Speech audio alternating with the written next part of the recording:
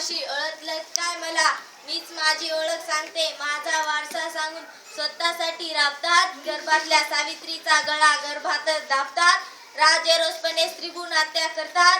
मग सांगा आपल्याला मुलगी कशी मिळणार, भावाला बहीण कशी मिळणार, घरात सून कशी येणार, आणि समाज कसा काय तरणार. जरा माया जाळातून मागे वळून बघा बघा, संत मुक्ताबाई, संत जनाबाई, झाशीची राणी, कल्पना चावला, मीरा बोरणकर या मुलीच होत्या ना. मग आताच का मुलगी नकोशी वाटते, काय कमी आहे का तिच्यात?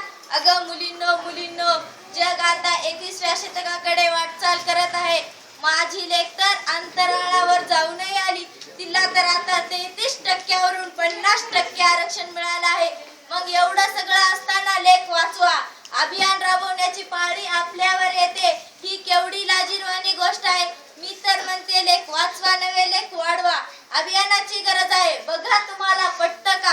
प्रत्येकीला वाटतं मला मुलगाच हवा, वंशाला दिवा हवा, म्हातारपणाला आधार हवा. अगं पण हाच वंशाचा दिवा आई वडिलांसाठी वृद्धाश्रम बुक करतोय, हे लक्षात येते का तुमच्या? का असा वेडेपणा करताय ग?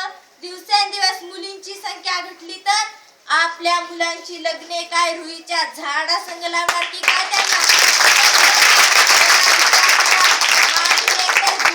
आपला राहिली नसून ती सबला बनली आहे, ती नुसती जोगीन वा भोगीन राहिली नसून ती वागीन झाली आहे. तरी सुद्धा अजूनही माझी लेक हुंड्यासाठी बळी जाते, हुंड्या पायी तिला जीवन जाळल्या जाते.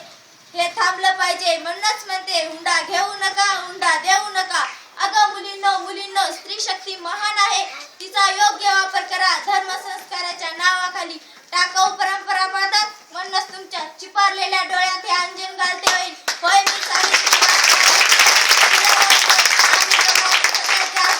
गावागावातील वाड्या वस्त्यावरील प्रत्येक मुलगी शिकली पाहिजे, पण आज ती शिकण्यासाठी जगली तरी पाहिजे. म्हणूनच स्त्रीभ्रूण हत्या थांबली पाहिजे, लेक वाचली पाहिजे.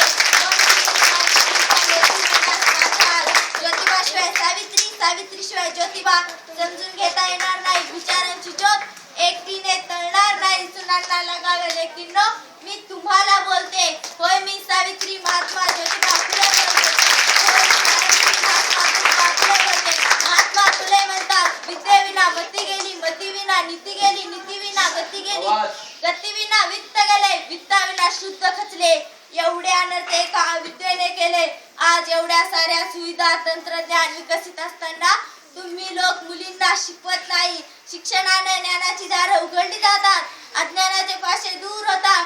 डॉक्टर बाबासाहेब आंबेडकर म्हणतात, शिक्षण हे वाघिणीचं दूध आहे, जो प्राशन करेल तो गुरगुरल्याशिवाय राहणार नाही. म्हणून या समाजाच्या उन्नतीसाठी प्रत्येक स्त्री शिकली पाहिजे, तेव्हा हा समाज व या देशाचा विकास होईल. म्हणून मी सर्वांना आव्हान करते की मुलींना शिकवा, एक चांगला समाज घडविण्यात आपला सहभाग घ्या, एक चांगला समाज घडविण्यात आपला सहभाग घ्या. भारताच्या तिन्ही सेना दलाच्या प्रमुख यशस्वी म्हणून पदभार ज्यांनी सांभाळला त्या भारताच्या माजी राष्ट्रपती प्रतिभाताई पटेल, काँग्रेसच्या अध्यक्षा सोनिया गांधी, दिल्लीच्या माजी मुख्यमंत्री शीला दीक्षित, तामिळनाडूच्या माजी मुख्यमंत्री जयललिता या महिलाच आहेत का? मग महिला कुठं कमी आहेत? पुरुषांच्या खांद्याला खांदा लावून महिला आज समर्थपणे आघाडीवर काम करत असताना दिसत आहे. मग तुम्हीच सांगा, देशाच्या रक्षणात त्या कुठं कमी पडणार? इतिहासात जर आपण गेलो तर आझाद हिंद सेनेतील कॅप्टन लक्ष्मी स्वामीनाथन, अरुणा लढा दिला, त्या कुठेही डगमगल्या नाहीत. मग तुम्हीच सांगा, महिला कुठे कमी आहेत? आज मी सर्वांना आव्हान करते की मुलींना शिकवा, एक चांगला समाज घडविण्यात आपला सहभाग घ्या. लेक वाचवा, लेक शिकवा, लेक वाचवा, लेक शिकवा. एवढे बोलून मी माझी